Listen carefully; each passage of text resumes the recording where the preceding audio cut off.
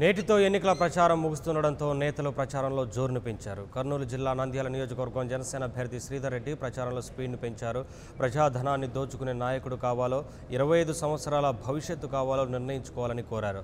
నంద్యాలలో జనసేన జనయాత్ర ర్యాలీలో శ్రీధర్ రెడ్డి, మరోవైపు శ్రీశైలం అసెంబ్లీ అభ్యర్థి సుజల పాల్గొన్నారు.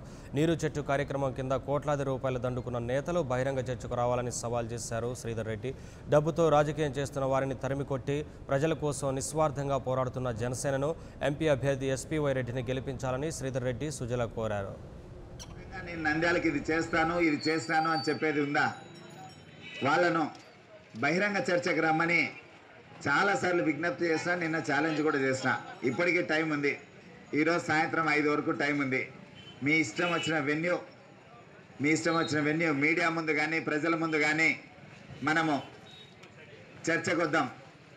మీరు ఇంతవరకు ఏం చేస్తారు, మేము ఇంతవరకు ఏం చేస్తాం, మీరు ఏం చేయాలనుకుంటున్నారు, మేము ఏం చేయాలనుకుంటున్నాం, ఇవన్నీ చర్చిస్తే ప్రజలు చూస్తారు. బడుగు బలహీన వర్గాల కోసం ఏం చేస్తున్నారు? ఇంకొక ఆయన వాళ్ళ నాన్నగారు 10 ఏళ్ళ నుంచి ఎమ్మెల్యేగా ఉన్నారు. నేను చెప్పిన విషయాల్లో ఎవరన్నా చేసినారు ఆయన? మరి శ్రీధర్ రెడ్డి గారు రాజకీయంగా ఏం లేదు, ఏ పదవి లేదు, ఏ యంత్రాంగము లేదు. మరి 850 మందికి ఉద్యోగాలు ఇప్పించినారు, వైద్య శిబిరాలు ఏర్పాటు చేస్తున్నారు, యువతకు నైపుణ్యాలను అభివృద్ధి చేస్తున్నారు, ముస్లిం మైనారిటీ మహిళలకు కుట్టు మిషన్లు ఇప్పించినారు. ఇవన్నీ ఎవరైనా చేసిండొచ్చు, ఆలోచన ఉన్న ప్రతి మనిషి చేసిండొచ్చు. మరి అటువంటి వాళ్ళు మనం నాయకులుగా ఎన్నుకోవాలి.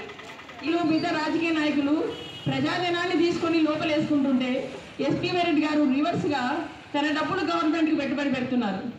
మరి ఆలోచించండి, ఎవరి వైపు మనం ఉందాము?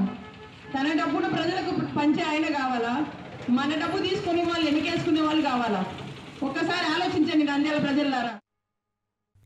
For more updates, please subscribe 99 TV Telugu.